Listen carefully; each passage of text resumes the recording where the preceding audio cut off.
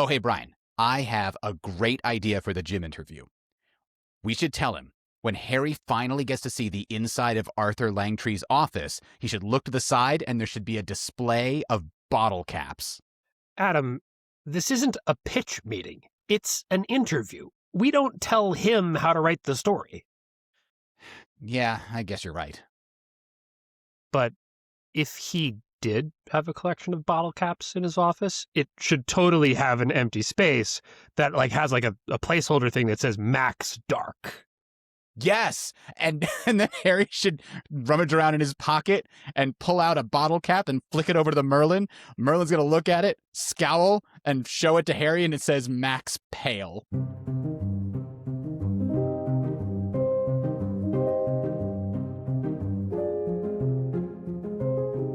Welcome one, welcome all, welcome to Recorded Neutral Territory, where the spoilers go all the way through 12 months.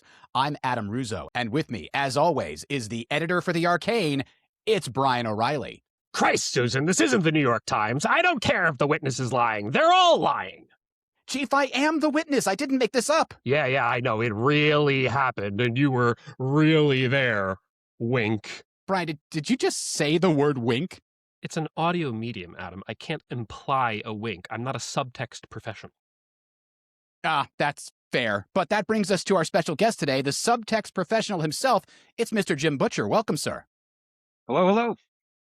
So, quick question at the very beginning here. We're thrilled to have you. Consider this a standing invitation to return any week you like. And it's really cool that you turned up on so many of these small shows. But we're just wondering, you're a busy husband, father, and best-selling author.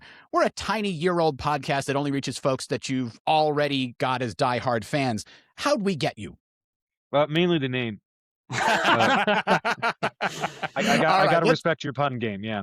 I appreciate it. And to be fair, it wasn't my idea. I got to give credit where it was due. Somebody else came up with it, but I did run with it. We solicited suggestions. We did solicit suggestions. Yeah. Every fan knows that the Dresden Files began with this big 23-book outline that has slightly changed over the years, but we're curious. When it comes to outlining a single book, do your initial outlines look more like the finished product or less than they did when you started the series? In other words, do you surprise yourself while writing more now than you did when you started? I do, but only because I don't outline nearly as much as I used to. So much of it has just become kind of ingrained routine, and I follow a very structured path of writing story, and I mean a lot of it just kind of does it all by itself. I just have to get out the way. That's mainly the most difficult thing is for me to just get out of the way and let the story write itself these days. But yeah, it surprises me from time to time because things will happen that I hadn't quite expected, or I'll find myself needing to go back and add in a few details for some kind of MacGuffin I need later in the story. But other than that, it's the same process. I just kind of understand it better than I used to. I mean, I used to get surprised when I would do lots of outlines too. Things would happen that I hadn't expected or that I hadn't really planned for, and then I have to adjust on the fly. So. At this point, I just realized, that's just going to happen, and I just plan for that. Yeah, famously, I believe the wedding to Lara was something that you kind of surprised yourself with. I heard. Yeah, I dropped that in kind of out of nowhere. Yeah, I was like, I mean, it's good story. I'm happy to work with it, but I hadn't really expected this to happen at the end of this. But it turned out to be all right. Yeah, so speaking of Harry's sidekicks, after 12 months, he seems to have a sort of permanent tag-along partner in Bear. From a writing perspective, how does Bear's presence affect the way that you construct an adventuring party while she's around? Well, normally, one of Harry's weaknesses is that he doesn't really have as much physical capability to confront somebody as other people do. So normally he's got a grog out there somewhere that he's got to line up to come along with him to help things out. And now he's kind of got a built-in grog. So really. As far as that goes, it just means he's got some muscle around that he can work with. But Bear herself is, you'll get to see more of her as we go on. She was somebody who was chosen for a specific reason and purpose, and there's a reason she is where she is, and we'll see more of that as the story continues. Yeah, for such an important character, it makes sense that she would have, you'd have plans for her already. Now, another thing you've done a wonderful job with is portraying powers like Mab and Lara as these extremely cunning 4D chess players over the long term. As a result, some readers presume their every action is pure manipulation. Do you enjoy that readers are constantly doubting the sincerity of Harry's allies in ways that they didn't for his older ones, like Murphy, Carlos, and the Alphas? Oh yes, yeah, that's fine. That was actually going to be the biggest trick with writing Lara, because there was so much stuff that I could have done with her in so many different ways I could have approached the story. And what I wanted was to write a story that would leave people genuinely wondering, is she really like a solid ally, or is this, or is she just setting Dresden up for a bigger fall in the future? And I think I managed to do that because the fans are currently there's considerable debate going on about exactly what Lara is and what she means to Dresden, which was my goal. So We figure that Lara's arc itself has been one of the things that's changed since you first conceptualized her. And we're wondering if part of that is you asking yourself how, like, Harry or Thomas is influencing Lara. But we're just curious, is that sort of what changed her arc in your mind? Or was this the plan all along? Or are there other factors? Oh, well, the question is, has it changed in my mind, or is she doing exactly what I had planned for her the whole time? The great thing about the Dresden Files is that it's all written from Dresden's point of view, right? Mhm. And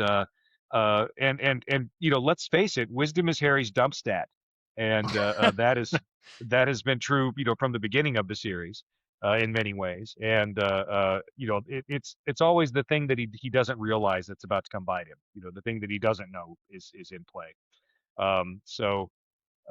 Maybe Lara's arc has changed, or maybe she's just changed it for the benefit of Harry's perception, or perhaps, there's more to it than what we've even seen from her so far. I know the camera's gotten a bit closer to Lara than it has before, but we'll have to see how it changes things, and how, one of the cardinal rules of the Dresden Files is you are what you eat, and that could also have a serious effect on Lara as we go forward.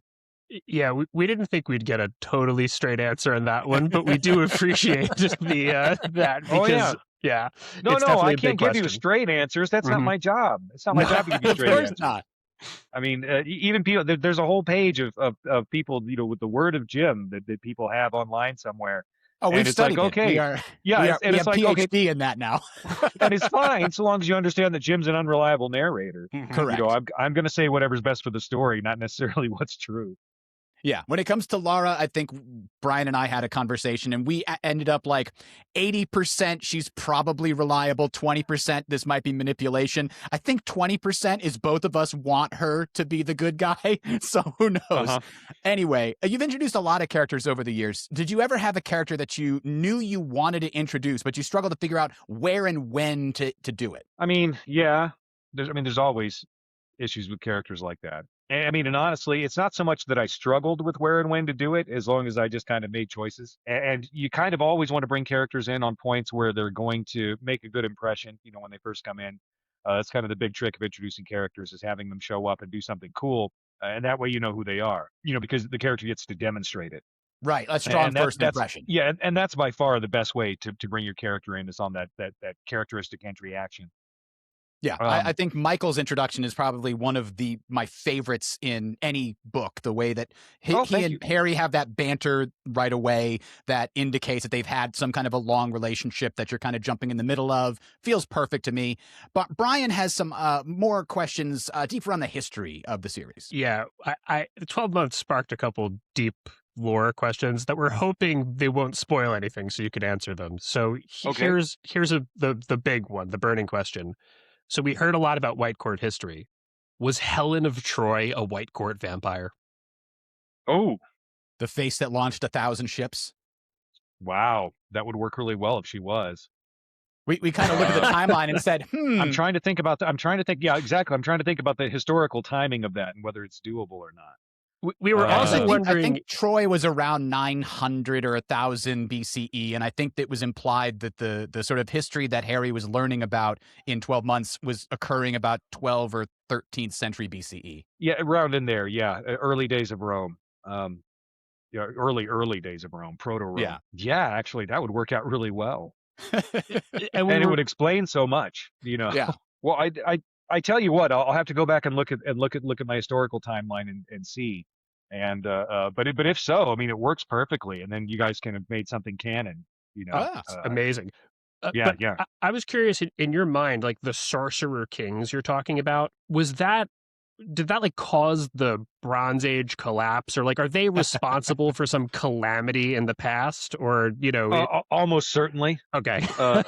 Wizards are always what they are, and they always meddle.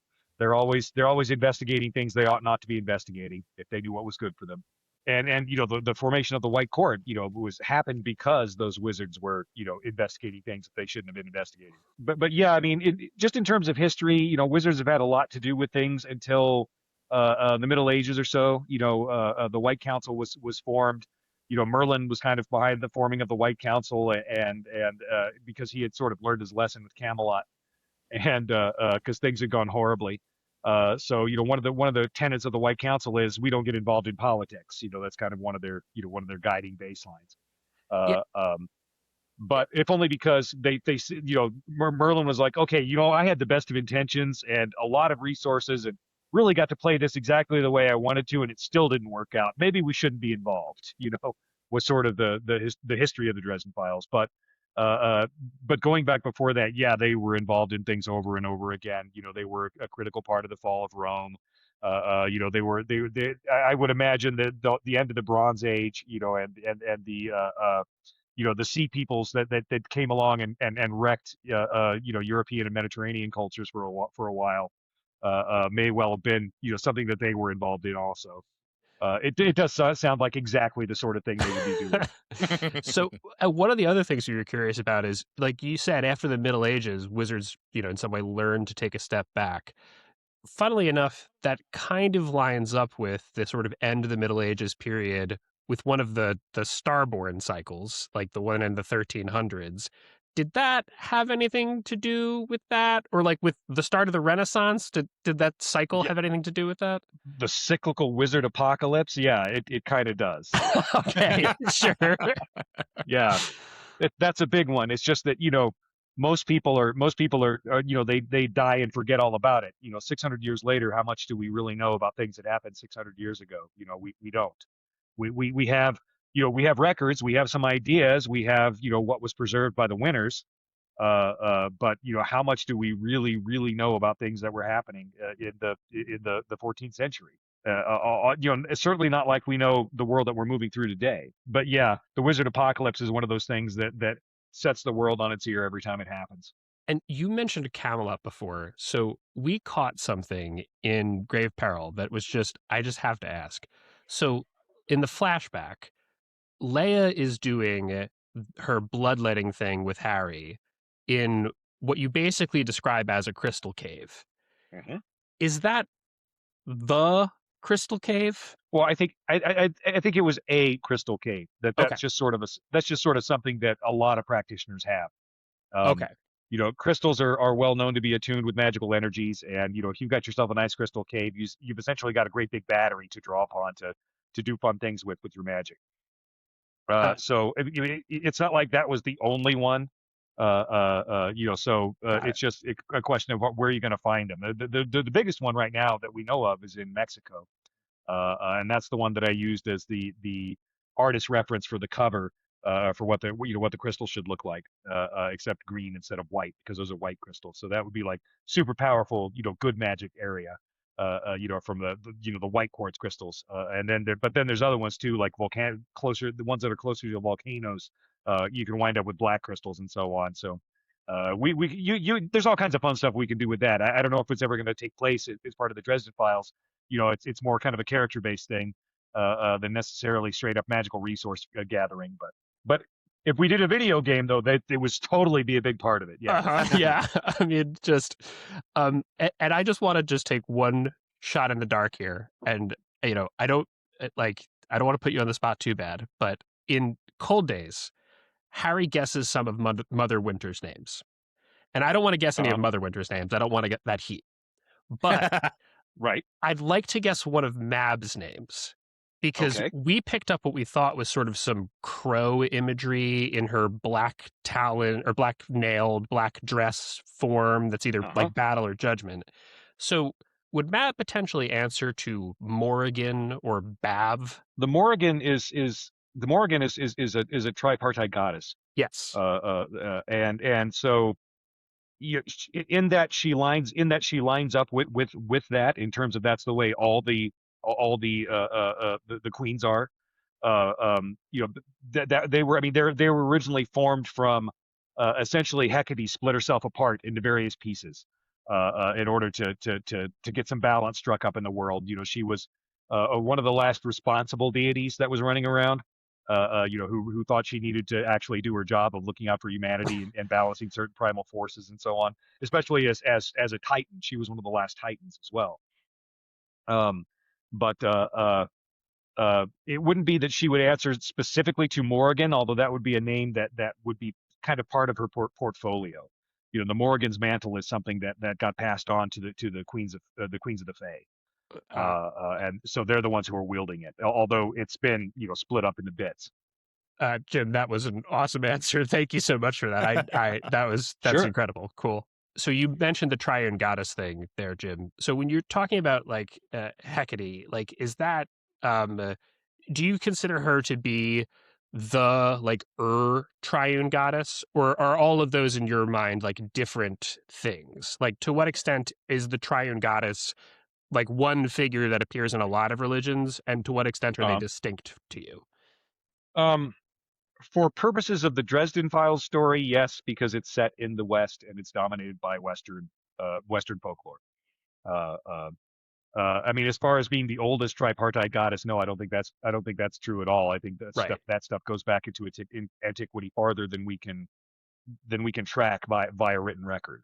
That said, though, I mean, again, when I'm writing the Dresden Files, I'm focused on the story that's happening, here, and as a result, this area has more influence from Western Europe than it does from anywhere else. That's just kind of the U.S. So those are the powers that are most active, here where the story's set. Not necessarily true elsewhere in the world. And the interesting thing is that even the deities themselves aren't quite sure who is the strongest. They're not quite sure about their own history. That got scrambled up a while ago. So they each have like their own origin stories that they know are true from their personal experience, but they also know that their memories have been messed with, and it might or might not be true because the Almighty was just like, all right, it's time for y'all to step back and to let humans kind of start forging their own destiny at this point. And some of them wanted to, some of them didn't, and that got rowdy for a while. God, I really, if you're taking requests, I really hope we get a ton of that backstory, because I think the way you've done that is fascinating. But Adam actually had some questions about world building that are a little bit less like from prehistory. So I'll let him get me out of the historical perspective here. Sure. Yeah, so on the show, we kind of speculated that Harry's chivalry complex that's more obvious early in the series stems in large part from a sort of deep illogical guilt about his mother's death and Elaine's death, or at least Elaine's apparent death. However, it also seems that despite the deaths of Murphy and Susan, which he also at least partially blames himself for, this inner sense that all women are made of glass is faded or is fading. To what would you attribute that change in Harry? Like, what parts of his experience have been eroding that chivalrous part of himself? Mostly working with Mab. Plus he just keeps running into incredibly dangerous people over and over who happen to be female. Yeah, Brian's wife was thinking that might be the answer. Yeah, she's a lawyer, so she likes your badass fairy chicks. She's a big fan. Thank you. Yeah. But yeah, I mean, once you've hung around with Mab for a little bit, you realize that the female aspect of her character is probably the least important one that's there. And while that is kind of part of her portfolio, as being the Queen of Winter, and being the Mother of Winter, that's only tangential to the idea that she is this completely ruthless and implacable force, and she will get things done. And that's all there is to it. And it doesn't really matter how many legs or backs she has to break to get there. Excellent. Which, now that I'm thinking about it, she actually has broken backs before.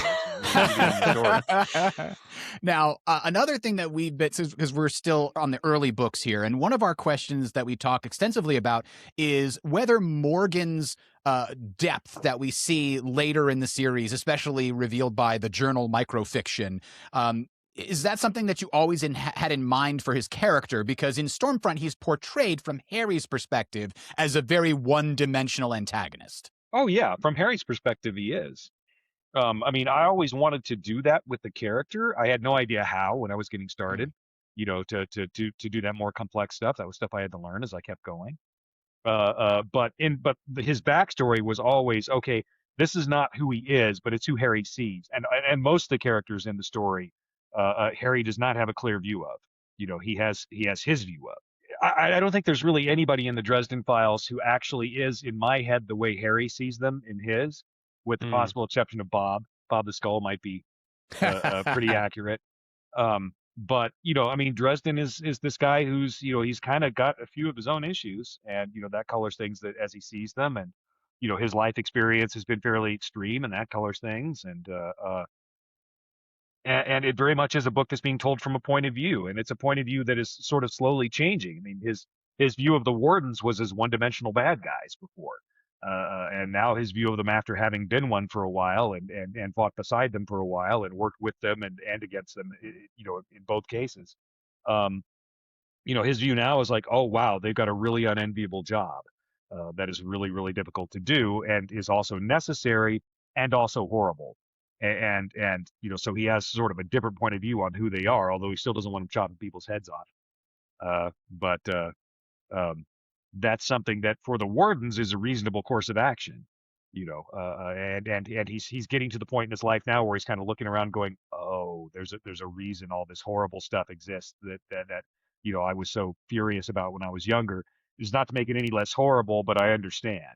Yeah, he's starting to get a little jaded, and he understands. Yeah, he really is. Yeah, that rolls us right into another question about perspectives, because many fans have had a bitter reaction to Butters after Skin Game and Peace Talks. I'll start by saying I was not one of them, and I was a little bit surprised to hear it. Was that something that you expected, or was that also a surprise to you? Oh, I haven't heard about that. What are they bitter about? So in Skin Game, Butters obviously causes a bunch of the problems that eventually lead to everything turning out okay. But people were like, oh, he should have trusted Harry. He should have known. But when we get to Skin Game, my arguments when I've argued with people about them, the Reddit is, of course, from Butters' perspective, he had no reason to know for sure that he could trust Harry, who had died and just came back and broke in. Like, you've done a very good job of laying the groundwork for why Butters would have good reason to distrust Harry. Plus, he's the guy who better than anybody else in the story understands death. Yeah, he understands the physical process of it, and that you don't come back from it. I mean, that was for Butters to have accepted Harry immediately as just kind of coming back from the grave would have been for him to abandon a huge chunk of what made his character what it was. Which was the rational doctor, and so that was not going to be something that was going to happen easily for him.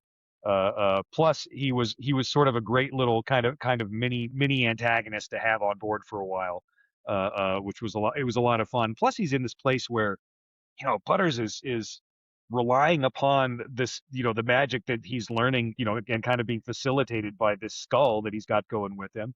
And that's the only thing keeping him alive. And with Dresden back, he's going to want his skull back, and he had every reason to be wary about what was going on there, and a lot of that was the psychological underpinnings of his identity as well, which is a huge deal.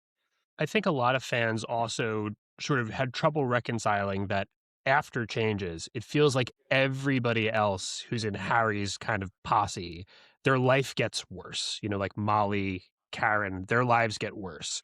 Whereas Butters seems to be in a place where his actual personal day-to-day is better. He has stronger relationships. He's got a new toy. He ends up becoming a knight at the end of the book. He didn't have to sort of pay in the same way some of the other characters did. And I think that's, I mean, I don't want to put words in your mouth. I think that's a little short-sighted because Butters has been through a lot. But in that moment, I think it seemed disparate to some people. Oh, well, yeah, life often seems unfair. Yeah. Although that's not me writing it. That's just sort of the way it works out. Yeah. Can't blame you for that one. Yeah. Yeah. Yeah. I mean, honestly, if everything turned out fair, what a boring story it would be. Yeah, the only other piece that I've seen people criticize with regards to Butters is, oh, he's got, these two beautiful women that he's in a throuple with, and that's so convenient. He's like a Mary Sue. And again, that might just be the fact that Knights of the Sword have more conveniences and good things happening in their life because they're living the life that they're walking the path, as Michael says. So Right. that's always been my explanation to it. And we'll talk a lot more about that when we get to Skin Games. Well, yeah, reality does tend to kind of, the odds kind of tend to fall in your favor a little bit better when you happen to be, working directly for the creator of reality. Exactly. So I have one other question for you before I pass it back to Brian, and this one is for me and for you and like 4 other people out there, Jim. What is your favorite Babylon 5 episode, and why is it Severed Dreams? Oh, yeah, that was definitely up there. Delen's, the writers of Rohirrim arriving moment in that one is very, very good. Exactly. That's one of my favorite moments of the whole series. That is a fantastic moment in that series.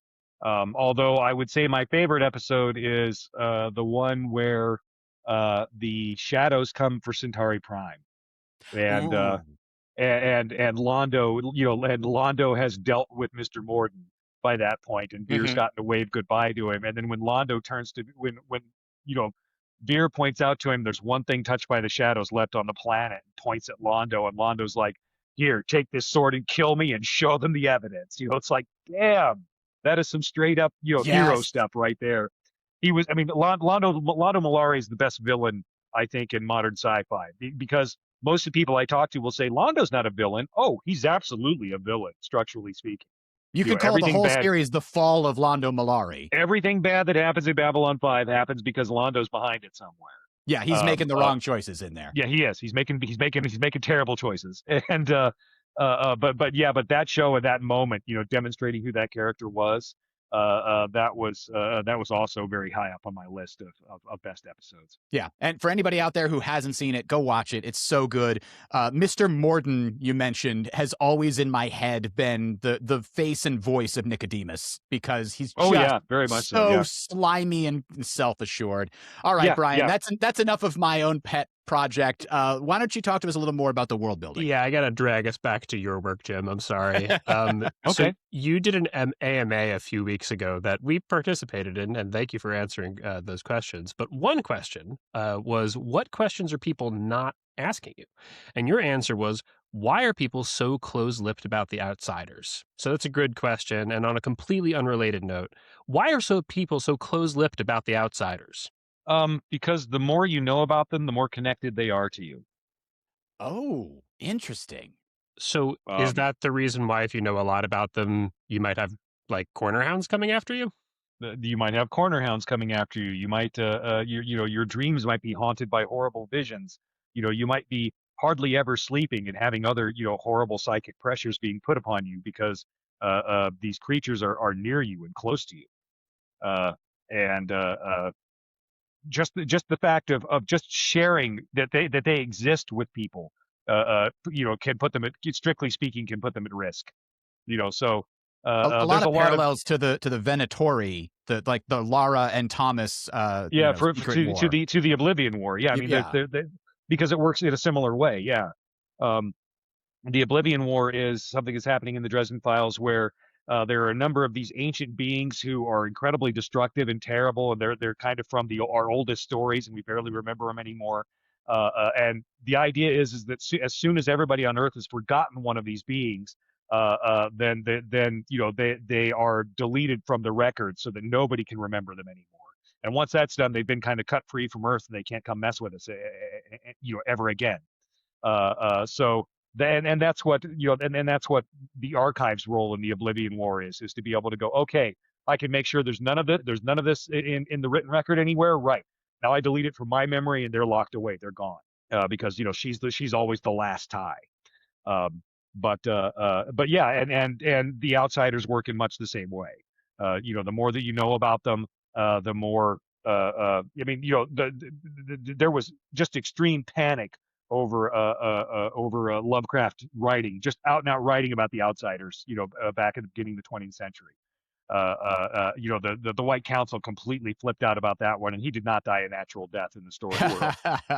Okay. That's something I was always wondering. So the Lovecraftian old ones from from those stories, those are not outsiders? Yeah, they are. They're for Oh, they real. are. Okay. Yeah, I mean, some of them have been bound up. Some of them are loose about the universe, but it's a big universe, so we're not the middle of it. So they're always, they might not be here. But yeah, they're for real. They're a real deal of deities, and obviously, they're sort of dead set against the creator, and don't follow any of his rules. So it's sort of left up to mortals to fight them, and mainly wizards. I mean, that's really actually provides an interesting reason why they keep delaying the Starborn conversation with Harry. So Yeah, he's under enough pressure already. Right. So if he learns more about the outsiders, they might come for him. Wow. Yeah, well, and and Mother Winter's seen to that. So, she's kind of made the call on that one, despite what anybody on the White Council or Gray Council might have thought. So I that is like incredible, but we have a burning question we have to ask you, because Adam's wife is a dog trainer, and we've seen obviously temple dogs, and we've seen Cerberus, but will we get any more big time best boys like Fenrir? Possibly. Okay. Although Fenrir might not be the best example. Well, he's not a good dog. Yeah. I mean, there's more, and there's more of the temple dogs around, and they're not necessarily working for good guys, because that was sort of the whole point of stealing the puppies. But I don't know how many more of them we'll see. We'll probably see at least a couple more before we're done. And then in the Mouse short story that I wrote, the one that's from Mouse's point of view, we got to see additional temple dogs there. Because they're just fun. It's just fun to have him, to put him out against his magic is a very different sort of thing, kind of a much broader, subtler sort of magic, rather than just, throwing fireballs into the room. And it's a great deal of fun to write it. It's taken Dresden several books to realize, when the dog's around, I've been a little bit luckier than I have at other times, Yes. But I love like the domino. Yeah, he's finally starting to get power. there. Yeah, he's finally starting to get it. And it seems like you also like writing from the dog perspective, and you're really good at it. It really works. Like The Fugitive, the different dog perspectives was just that was awesome.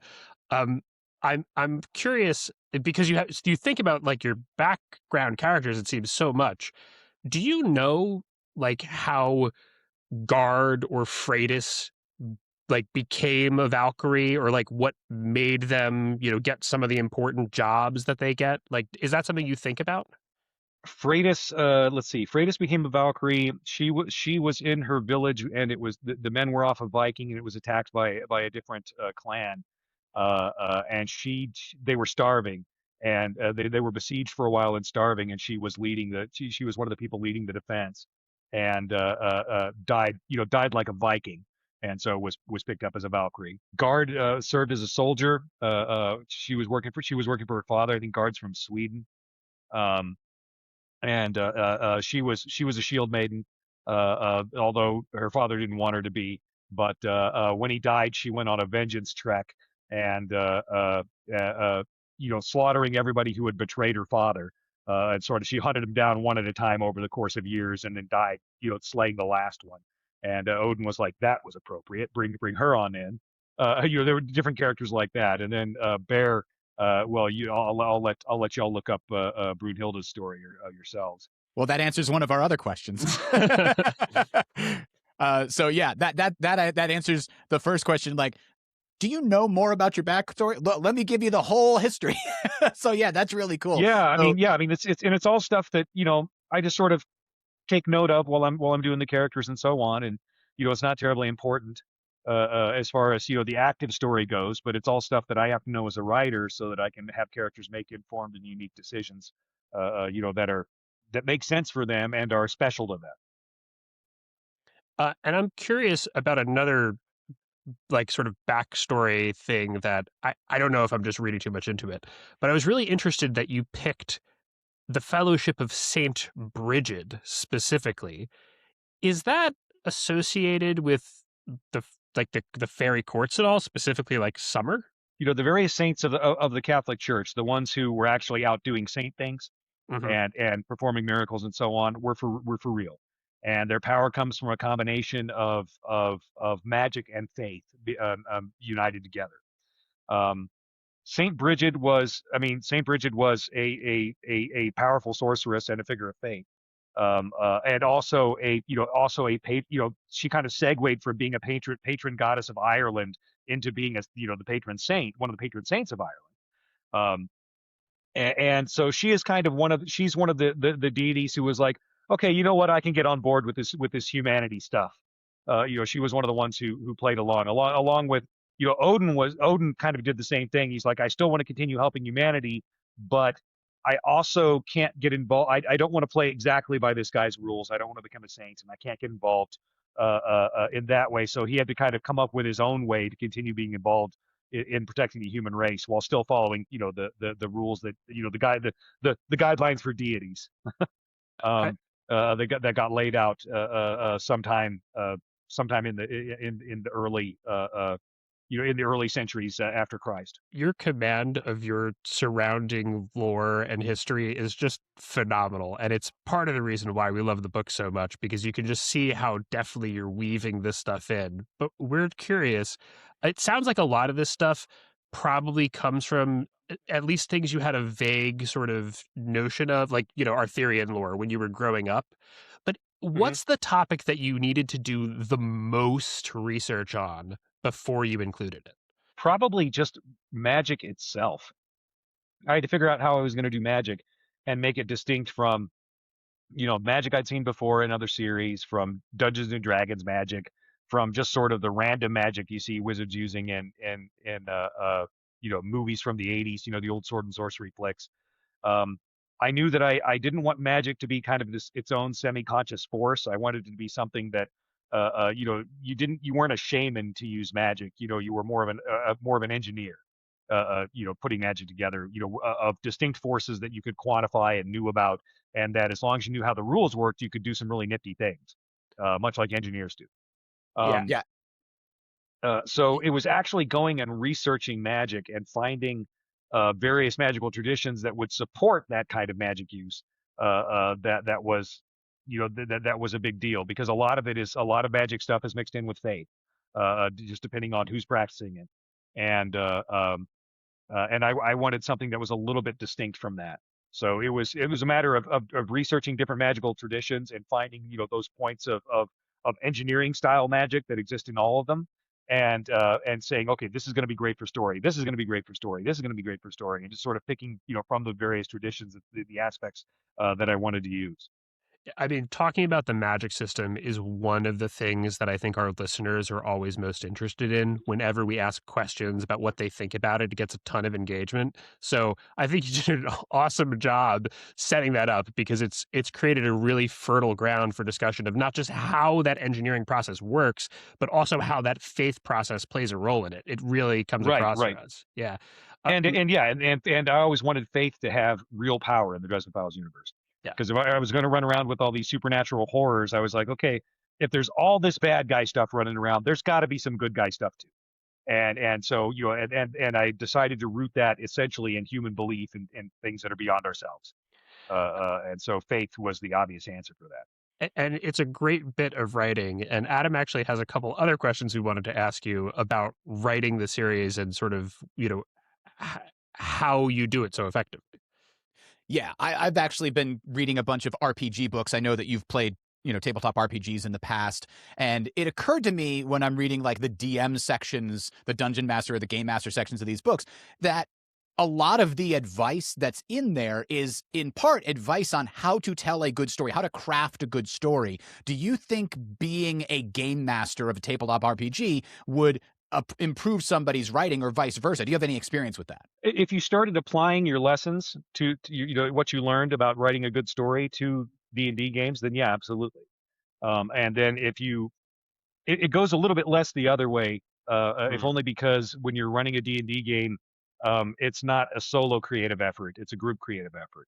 So, you got to make room for other people, which means you're going to wind up with a different kind of story than you would if you're just doing it all by yourself.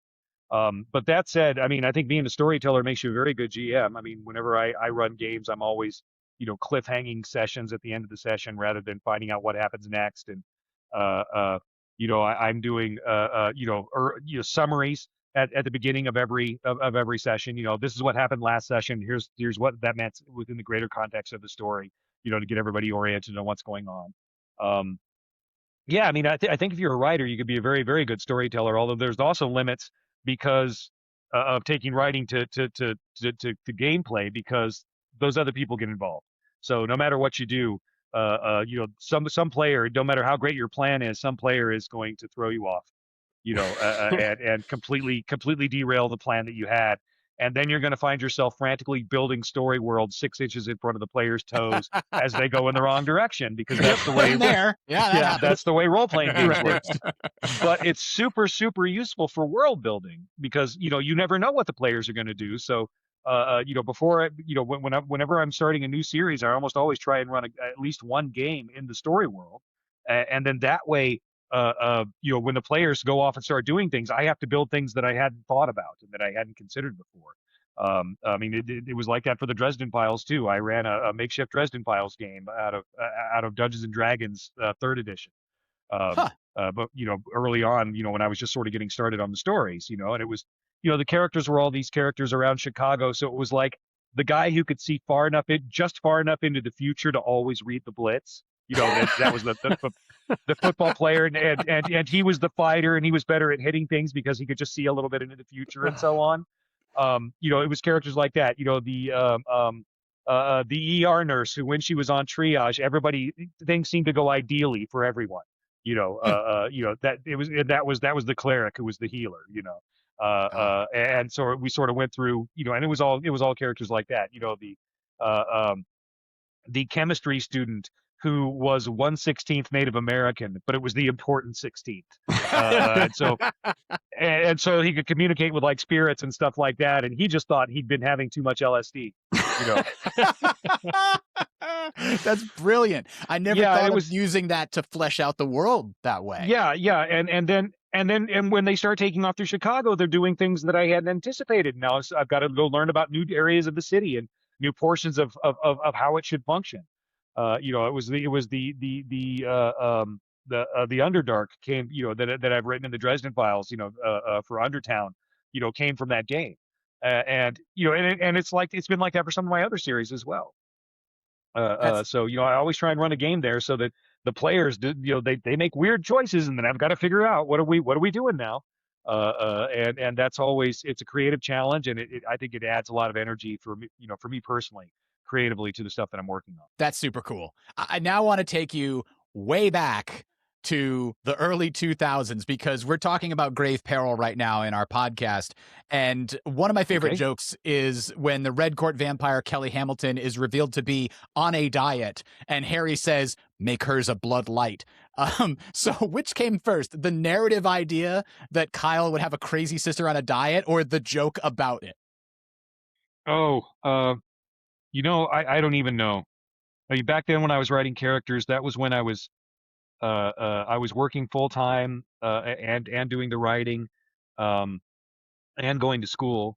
So but I was working all night at an internet provider. I was the 10 p.m. to 6 a.m. guy, and they liked me there because I knew just enough code that I could cludge something together until morning. So the programmers never had to get out of bed at 3 a.m. when I was on job. So they liked me. But I also got a lot of writing done while I was doing that, and that I was just writing characters and watching Buffy the Vampire Slayer and Babylon 5 on TV at the time, and most of that stuff was I'd be writing after I would come home from work at 6. I'd get the kid off to school, and that would be he'd be off to school by 7:30 or so, and then I would come home and work, and then go to sleep for a few hours, before he got back from school. And so a lot of that stuff, I mean, I was so exhausted when I was writing it. I was just making it all up as I went. I don't know if you guys know this, but I'm just making this stuff up as I go along. But it was just, it was just the characters that I was writing at that point. It was like, okay, I know how to create characters according to what my teacher says, so I'm just going to put things together the way she told me to, and trust that things will work out. And it took me, a good 5 years before I started understanding. Okay, this is why this is all working, and kind of gaining that instinctive knowledge of it as well as the intellectual understanding of it. But yeah, I mean, that was at that time. I mean, I was just trying to get finished and get to bed. So I mean, a lot of those characters, like, you know what, I'm gonna have a character here, and I'm going to throw just a little bit of crazy spin on them without going too much into detail. Now, doing research on actual mental illness is it's like, okay, that's going to change the way these characters behave, because you can't just have them be randomly crazy. You kind of need to know, what kind of crazy do they have, and why are they there, and because that's going to have an effect on all of it. And do they have complicating things to go along with it? And that changes how you look at characters as well. But I was paying much less attention to all that sort of part of the process at the time. I was just there. So I got to get this character done. Got to get these pages written. And get this done on a deadline. Yeah, Brian and I spent about 20 minutes going, do you think she's on a diet so that if she kills Harry, they can claim it's not really their fault? No, it's because of this. And Jim's like, I was just really tired, actually, and I thought it was funny. Yeah, basically, yeah. I mean, that's It's what so okay, many it things are works. like. Yeah, It that's what so works. many things are like. But yeah, I didn't particularly want to have those two very, very firmly connected to reality, so that wasn't too hard, Yeah. to make that happen. Okay, so tying back these two things together, we're still going back to one of the earlier books, but a little bit deeper into the history. So Chauncey suggests that St. Patrick was the one that cursed Macfin in Full Moon to turn him into the Lugaroo. Do you think that's true? Are you willing to say if that is true, or it was Chauncey lying, or was he just not sure? The one thing about getting your information from hell is that it is good. Okay. It costs a lot, but it's good. So yeah, that was something that happened. Would you be willing to share with us why St. Patrick cursed Macfin's ancestors? Well, I imagine they were a bunch of a bunch of angry Irishmen broken up into small kingdoms, and that St. Patrick was trying to get some things done, and the Macfins probably were just particularly in the way and needed to be made an example of. Ha. I mean, because even the saints aren't necessarily saintly; they're powerful. And they do incredible things for the faith, but doesn't necessarily mean they're nice people. Okay, that makes sense. Now, this one's a little delicate, but if you had a time machine that could only let you travel back in time and make a small adjustment to your own work at some point before it was published, what would you change? Not a damn thing. Awesome. Okay. Great answer. I thought it might go that way. Things have gone so well, it seems kind of churlish to be thinking, well, how could I have gone and made things something somewhat better for myself? It's like, really, you get to make a living writing down the conversations of your imaginary friends and playing video games on alternate, and not only that, you never have to wear a tie. You're able to take care of your family, and extended family too. It's like, why would I want to change anything? It's gone so well. Yeah. Plus, it's one of those things that. Plus, I suspect it would be one of those butterfly wing things. You go back 65 million years and kill a butterfly, and it changes how everything happens. I would think that even if I thought I could make a change that would make things better, I think it would probably be a trap. So that's why you decided to do it with a time travel book in the future to retroactively fix everything. Well, the time travel book in the future is for the stuff that I assumed that I would mess up along the way, right? So that I would be able to find some way to clean it up later in the series, just enough for the reader to go, okay, here's some hand wavium, that's fine. We'll move along.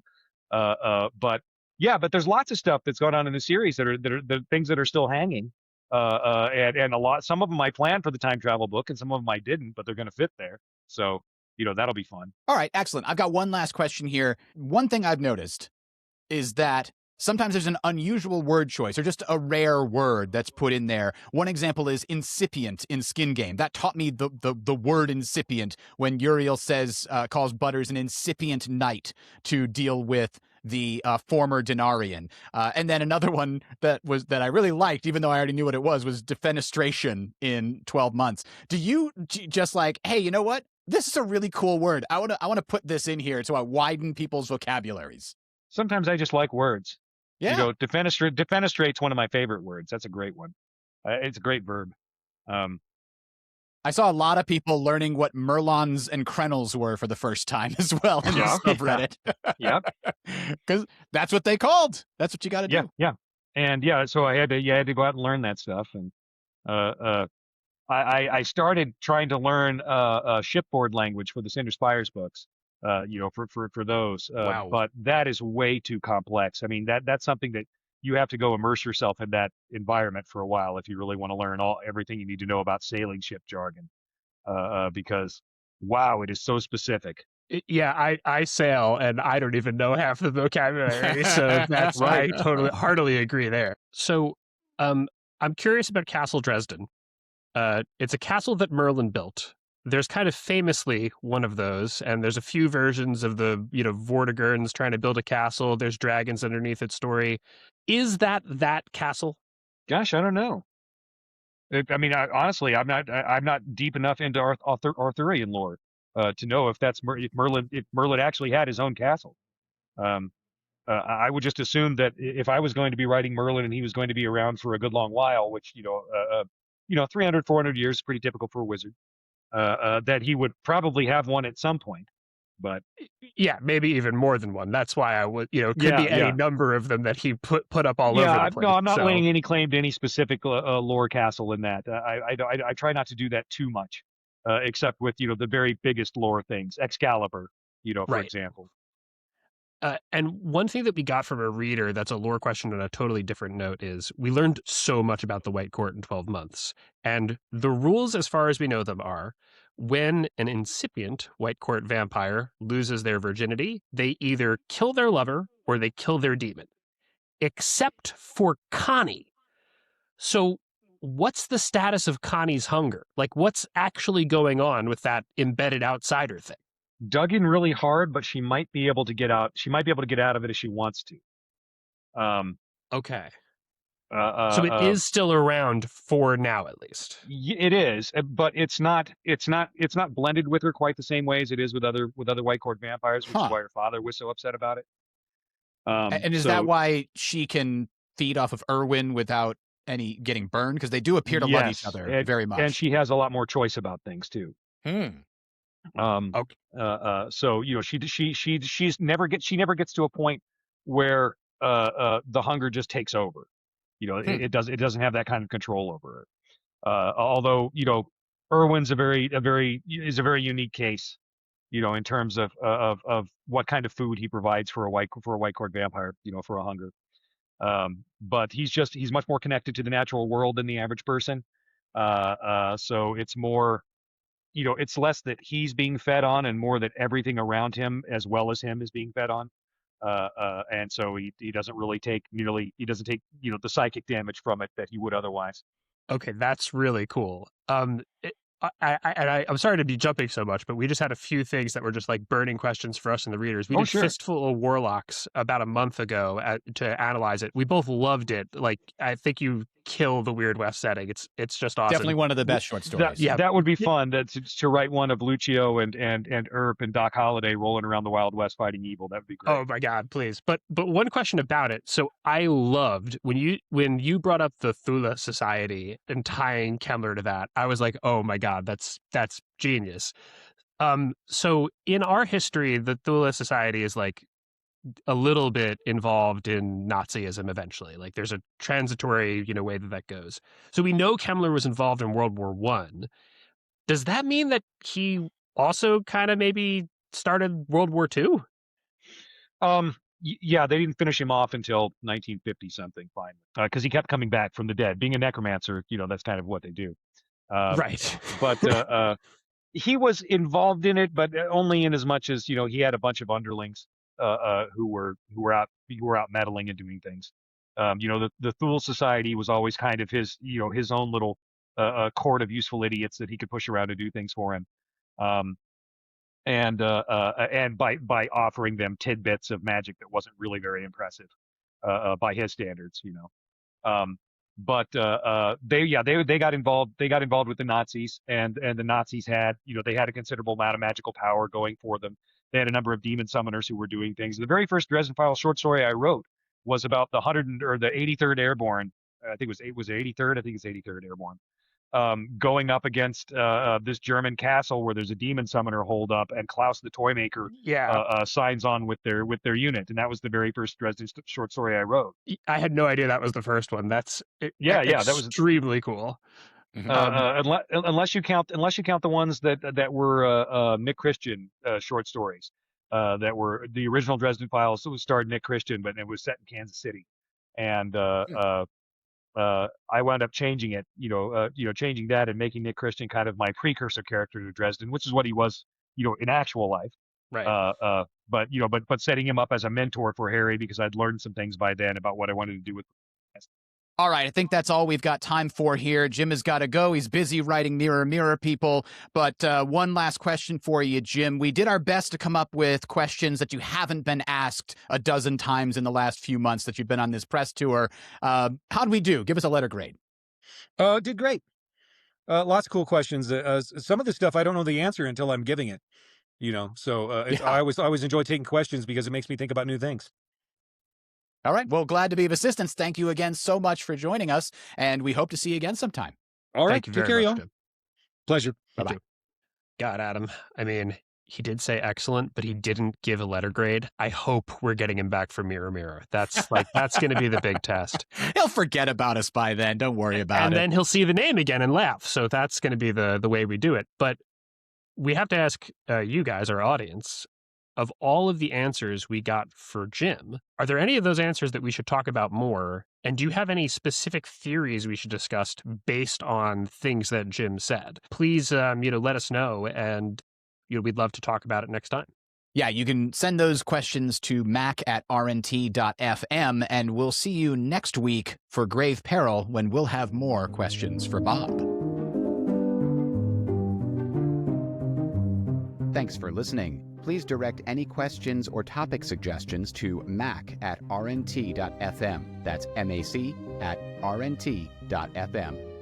Recorded Neutral Territory is licensed under Creative Commons Attribution Non-Commercial 4.0.